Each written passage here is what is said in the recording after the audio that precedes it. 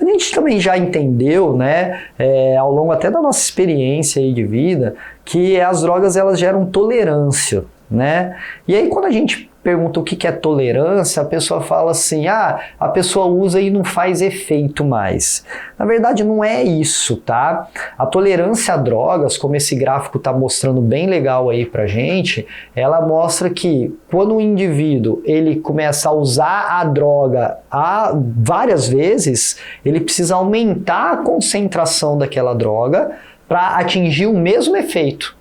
Certo? Por que ele, se ele ficar tomando muita droga, por que ele não vai extrapolar o efeito da droga? Porque as drogas, o princípio ativo dela precisa se ligar a receptores cerebrais. Chega um momento que todos os receptores estão ocupados. Então ele não consegue aumentar o efeito da droga, certo? Ele consegue chegar no efeito máximo, só que para isso, como ele já é um usuário de algum tempo, né, um drogadito aí de algum tempo, só que para ele chegar nesse efeito, ele precisa usar cada vez uma concentração maior, certo? Isso é característica de tolerância às drogas. Essas tolerâncias às drogas, elas podem ocorrer até sem o indivíduo perceber. Existe uma tal de tolerância que chama tolerância cruzada. O que é a tolerância cruzada?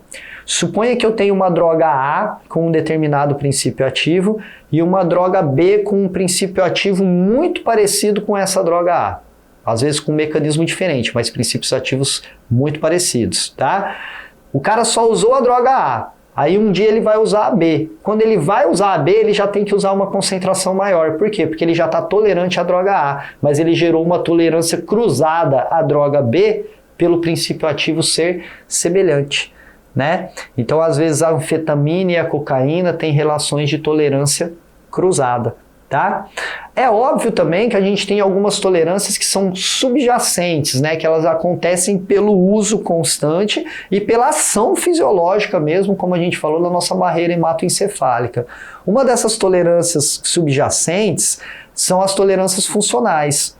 Né? O que vai acontecer? A barreira hematoencefálica ela vai diminuir a reatividade daquela droga, certo? Como ela diminui a reatividade daquela droga, o indivíduo não atinge o efeito máximo, então ele vai fazer o quê? Usar essa droga em maior quantidade.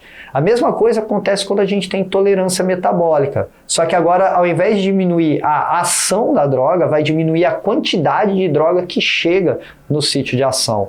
Então a tolerância metabólica acaba fazendo com que o cara também utilize mais droga ao longo do tempo.